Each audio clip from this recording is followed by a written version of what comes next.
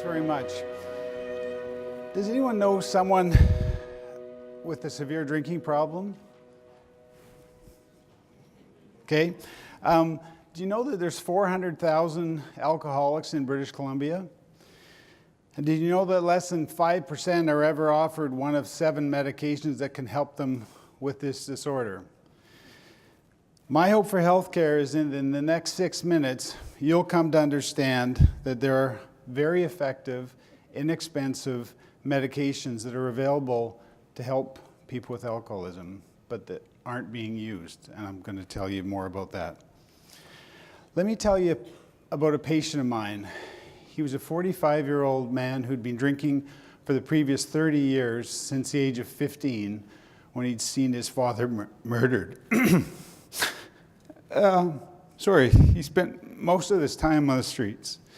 One day he came in, and we got to talking about a recent paper that showed a particular medication could help some people reduce their drinking or stop drinking.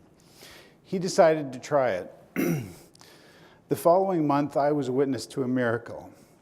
Without detox, without counseling, he stopped drinking. He drank very little for the rest of his life. He unfortunately died 4.5 years later as a complication of his chronic alcoholism. He had developed a liver cancer. Let me tell you about another patient of mine. He was a 26-year-old whose life was very chaotic from heavy drinking, and he wanted peace. He tried one of these medications, and I texted him asking him how things were going 3 weeks later, and this is the text I got.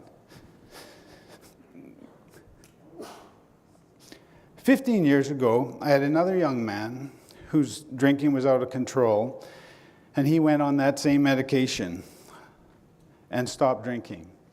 Then 5 years ago, he was still my patient. 5 years ago, he developed a cocaine use disorder. He was, at that time, a young man still with a family of 4. His wife and he separated. He was left with the kids, and the ministry came and took the children. He was in trouble with the law, very low point.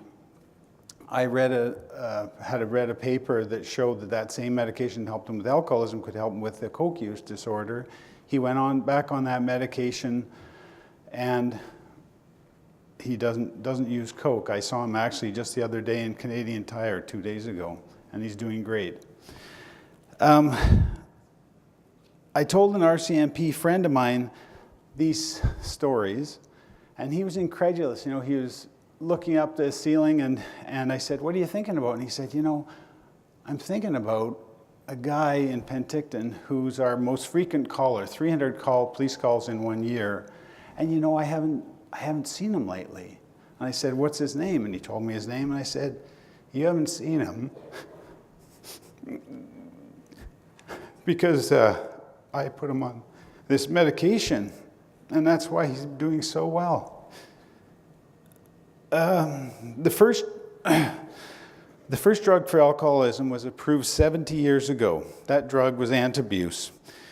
It's often the only drug that doctors know about. It rarely helps anyone. It causes people to become very physically sick if they consume any alcohol. Perhaps that's why most people don't think there's any med that can work, because the first one doesn't work. The new medications I'm telling you about can be started when a person is still drinking. Taking it allows them to slowly reduce the alcohol intake to the level that they want to achieve, none or a little. These meds don't need to be taken forever, only until the person's brain is sufficiently healed from the poisoning that the alcohol has been creating. This can take as little as 3 months or as long as a year.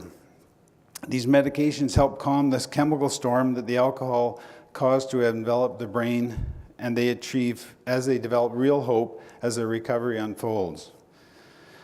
But very few clinicians are aware of this. So 2 years ago, after attending this quality forum and becoming energized by what's possible, I decided I had to spread this knowledge to others. I'm very happy to report to you that I've gone to 45 different groups across BC, to over 650 clinicians, and now tonight maybe over 1,000. Thank you. And there's a real change going on in those communities.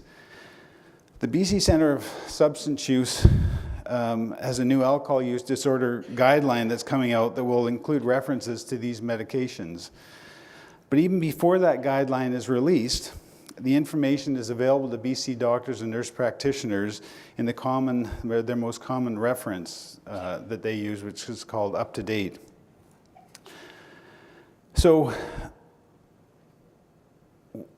where are we? We're at a stage where alcohol is the leading cause of death around the world for men between the ages of 15 and 50.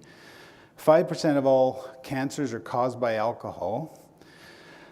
More than 20% of every bed in every acute care hospital is taken up because someone has alcohol use disorder.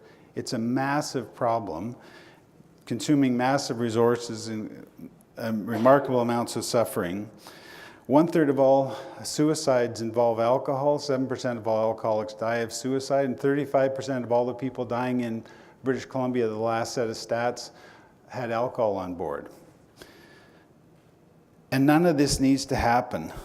We can help them. They're our family, our friends, our colleagues.